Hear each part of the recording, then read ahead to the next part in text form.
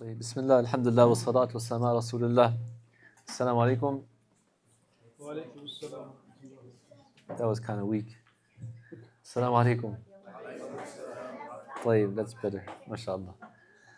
So the Imam Amr asked me to talk about some of the barriers that prevents one from perfecting their siyam, perfecting their fasting. So I'm going to go through a couple inshallah and then mention some of the ayat of siyam and have you guys kind of extrapolate what could be barriers to fulfilling those ayat. First, one of the things that prevents one from having a special Ramadan or a blessed Ramadan is not preparing for the month to come, meaning not taking advantage of the time now to prepare for Ramadan. Allah, He says, وَلَوْ أَرَادُوا الْخُرُوجَ لَعَدُّوا لَهُ عُدَّةً وَلَكِنْ كَرِهَ اللَّهُ بِعَاثَهُم فَثَبَّطَهُم وَقِيلَ قُعُدُوا مَعَ الْقَاعِدِينَ. That if they truly wanted to go and fight, for the cause of Allah subhanahu wa ta'ala, they would have prepared for it, right? But they were faking, they didn't really want to go out, so they didn't prepare. And we can use this for any of the worship of Allah subhanahu wa ta'ala, any ibadat.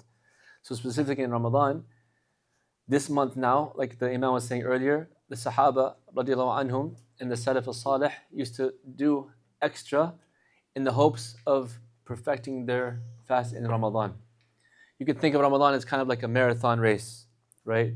Or a competition, or if you lift weights, like a new max or a high maximum, right? You never want to jump straight to like 500 pounds, or you don't want to jump straight to a marathon without preparing your body for that event. The same thing with Ramadan. You want to start preparing in advance, so when you get to Ramadan, you'll reap the rewards and the blessings even more so. You want to prepare physically, mentally, and spiritually. So physically, how could you start preparing for Ramadan from now? Yes? Fasting. Like the Prophet ﷺ used to increase his fasting during this month to get him ready for Ramadan. What else physically? Yes? What's that? Stock up on fruits. You can stock up, it might be a little bit early right now, but yeah, preparing, for what you're going to eat in Ramadan, maybe doing meal prep or having like a set, thing to eat, so you don't have to worry about grocery shopping too much during Ramadan, etc. Also, if some people are addicted to caffeine, like coffee or tea or whatever, they might want to start decreasing it so they're not going to have the withdrawal effects in Ramadan. Mentally, you want to start getting your mindset to obedience of Allah subhanahu wa ta'ala. This is mentally and spiritually, basically. So you want to have a spiritual mindset. Meaning if I have bad habits, if I'm doing sins, if I'm doing things I'm not supposed to be doing, if I'm listening to things I'm not supposed to be listening to, if I'm talking to people I'm not supposed to be talking to, I want to cut those things off now to prepare for the blessed month to come. We don't have much time to get into all of this, so I'm just going to try to hurry up. Number 2, we want to stop indulging in those things disliked by Allah subhanahu wa ta'ala, right? If it's sins or something that's makruh, we want to try to leave that from now. Number 3, making tawbah, right? All of us are going to make mistakes, all of us are going to fall short, but we can always come back to Allah subhanahu wa ta'ala, no matter what it is, right? So we want to have a clean slate before entering the month of Ramadan. What are the requirements for tawbah? Does anybody know? What is tawbah? Repentance, yes. Sincerity, so you're doing it for the sake of Allah subhanahu wa ta'ala, right? You're leaving the sin for the sake of Allah. Some people, for example, they're alcoholics and the doctor tells them that they're going to die from cirrhosis of the liver if they don't leave the alcohol, and they leave it for the sake of health reasons, not for Allah. But a Muslim making tawbah, we want to leave the sin for the sake of Allah. What else? Yes? Niyyah, intention for, that comes a little bit. Yes. So in order, you would leave the sin first. Obviously, you want to stop the sin, right? Intending to do it for the sake of Allah, stopping the sin. Having intention not to do it again. And having regret, nadam. Like feeling very bad that I did this. I sinned against Allah who gave me my health, who gave me my body, who gave me my eyes, my hearing, my family. Everything I have is from Allah. I'm using this to sin against Him. And I feel bad for it, and I regret it. The deeper the regret, like the Prophet said, إِنَّمَا التَّوْبَةُ nadam. Repentance is regret. The more regret you have, the more it burns away the sins, right? And finally, if there's a right that you owe somebody, to return that right. If you backbited somebody, if you talk bad about somebody, talk good about them, make dua for them. If you owe somebody money, pay back your debts. If you've taken something unlawfully or not in a good way, return that thing to them. These are the things you want to kind of get out of the way before Ramadan comes. And part of Tawbah, I can add to it, the Prophet ﷺ, he said that in a hadith Hasan, some scholars say it's Hasan, that actually this night, or the last night, depending on how you calculate the calendar, the 15th of Sha'ban, he said that Allah forgives everyone except the mushrik, or the disbelievers, and the ones who have an enmity between their brothers and sisters. Like if you have an argument or a hatred between you and your family member, or you and your good friend or whatever, you're not going to enter into the forgiveness. So you want to make peace with your friends or your family, even if you're on the right. The Prophet ﷺ said, I guarantee for you a place in Jannah if you leave the argument for my sake or for the sake of Allah. You will get a place in Jannah, even if you're right. Trying to clean your heart of everything that's a distraction to you, inshallah, entering into the month. Also, you want to avoid the spoilers. The scholars of tazkiyah, or purification of the soul, they say that there's 5 main spoilers that technically might be halal, but they spoil the soul and leads them to loss. One is too much eating and drinking, right? Number 2 is sleeping too much. This is, any time, but especially when it's coming up to Ramadan. Number 3, excessive talking. Some people just love to talk. They don't stop. We don't want to indulge too much in talking, because when you talk too much, you might make mistakes. Number 4, excessive looking. Looking at things you're not supposed to be looking at, wasting the gift of eyesight upon those things that are haram. And number 5, mixing with people who waste your time or drag you into things that are not liked by Allah subhanahu wa ta'ala, like keeping bad company.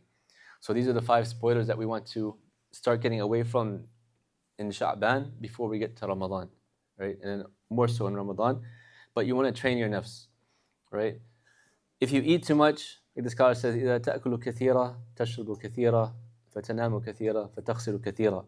That if you eat too much, you're going to drink too much, which is going to cause you to sleep too much, which is going to cause you to lose too much, right? Meaning from the ibadat. Because when you eat too much, you get sluggish and lazy, and you can't perform the ibadah. So start decreasing from those excesses. 5 more minutes.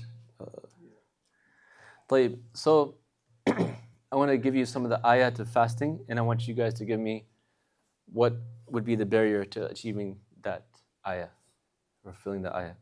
So the first one, like we heard earlier, يا أيها الذين آمنوا كتب عليكم الصيام كما كتب على الذين من قبلكم لعلكم تتقون. O you believe, fasting has been made obligatory upon you, as it has made obligatory upon those before you, so that you may achieve taqwa. What is taqwa? Yes. Fear of God. Fear of Allah. What else? Defined. Yes. God consciousness. What else? Obedience to Allah. Sisters, brothers are like beating you all. No one? All right, righteousness. It's also like, so he said fear of Allah. What is fear in Arabic? Khawf. Yes. What's the difference between khawf and taqwa?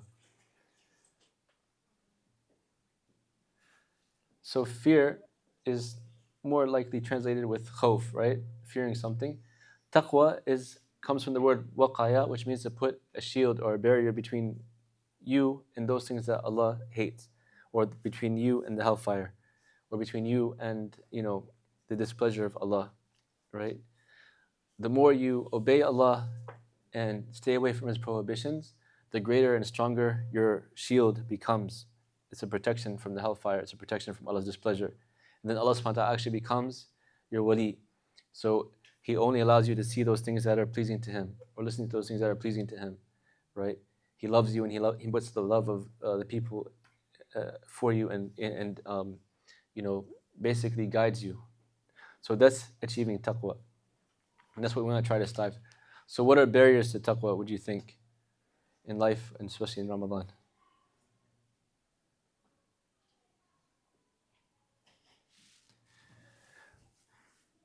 Yes. Yes, bad company is definitely one of those things that can put a barrier between you and taqwa, right? Psychologists say that in general, you're the sum of the 5 closest people to you, right? So if you hang around winners, Muslims, good people, righteous people, you're going to be benefited and uplifted and be, inshallah, from good company. But if you hang around losers or, sinners or bad company, then you're going to most likely follow that route as well. That's why the Prophet ﷺ said, Al-maru ala dini khalili, that the person is upon the religion of his closest companions. فَانْظِرْ إِلَى مَنْ تُخَالِلْ. So pay attention to who you keep as a close companion, right? Be careful. You always want people that are going to lift you up, that you can benefit from, that you can learn from, that you can be inspired by, right? Even in the dunya, like if you look at the most successful people in the world, they always hang around people who are successful in the field that they want to aspire to, right? In sports, in business, whatever, in government, they're always like surrounding themselves with the top so they can be from the top. In the deen, of course, that's the most important thing. So surround yourself with righteous companionship. What else would be a barrier to taqwa? Bad influence, the same like bad companionship. Yes. Yes. Sister in the back. MashaAllah.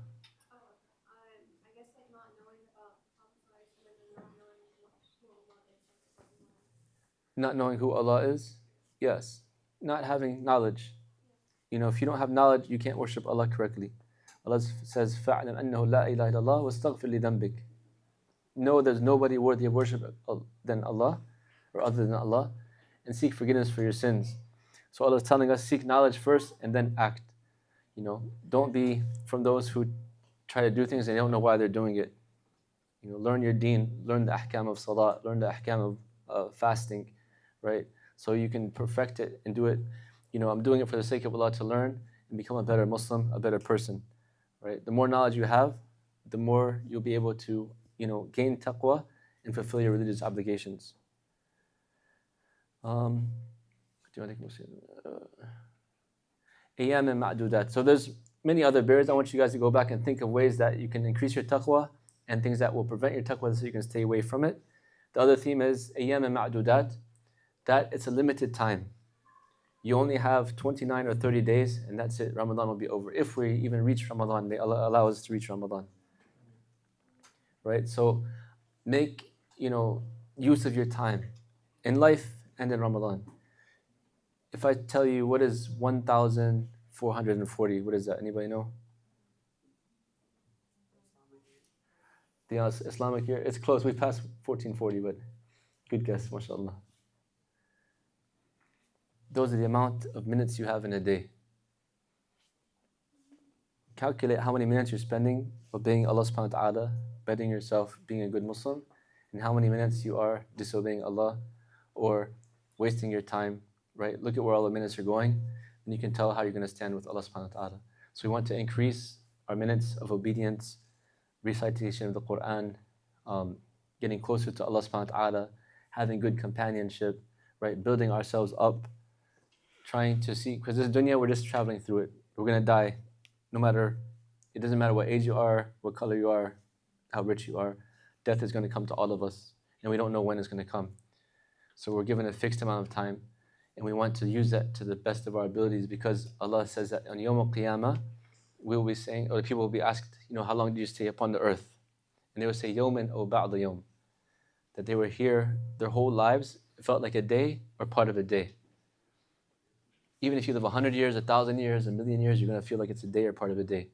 Just like when you have dreams sometimes and you think like you've gone, and done this whole adventure, gone all over the place, and you wake up and it's only been 10 minutes of sleep or something like that, right? That's how the dunya is going to feel. So don't lose that time before it's too late. And then the theme of the Quran, inshallah, Brother Hassan will talk about